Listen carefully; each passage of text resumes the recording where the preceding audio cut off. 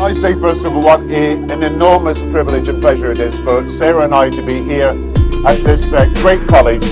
30,000 and more students, a learning centre for this area, great ladder of opportunity for people who want to get on, a great centre for the economy in this area. So thank you for inviting us here. I've brought Ross Kemp to answer all the questions. I've brought Ed Balls for any questions on student grants and the economy and education you want to ask. But I want to say one thing.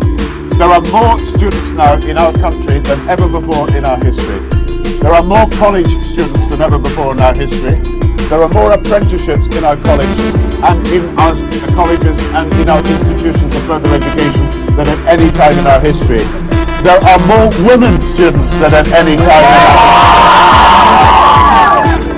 And this is what the future is about. It's about giving more people more chances to make the most of their potential.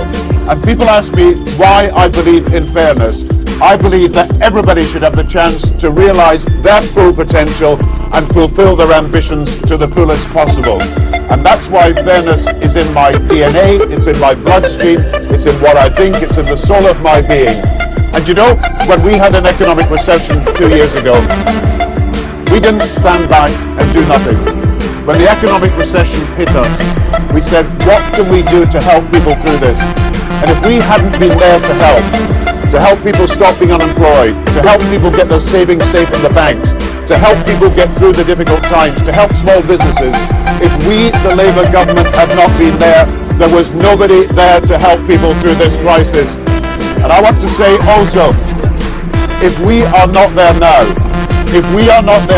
helping people, helping businesses, helping young people get jobs, helping graduates get jobs, helping young people get apprenticeships, then there is no party that is going to do that in this country over these next few months.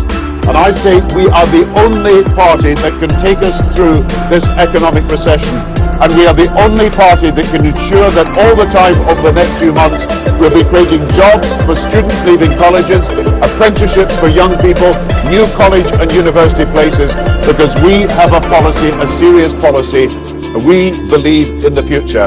And I've just got to warn you, there is a Tory budget planned if they get elected. That Tory budget would cut £6 billion out of the economy. It would mean teachers' jobs going. It would mean police jobs going. It would mean that child tax credits would be cut. It would mean that child trust funds would go. It would mean that every single service that we hold dear is put at risk under Conservative plans. So don't think this is an election without consequences. This is an election where there is a clear choice between a modern economic philosophy that says support the people when there's an economic problem, and an old 1930s economic philosophy that says let people on their own and do not support them in times of need. It should be clear too that these problems have not just appeared overnight. I think people understand by now that the debt crisis is the legacy of the last government. But exactly the same, I believe, applies to the action we will need to take to deal with it. If there are cuts, they are part of that legacy. And now that we've had a chance to look at what's really been going on, I want to tell you the scale of the problem that we face. Now, we've known for a long time that our debts are huge. Last year, our budget deficit was the largest in our peacetime history. This year, at least according to the previous government forecasts, it is set to be over 11% of our GDP, of our whole national income. Today, our national debt stands at £770 billion.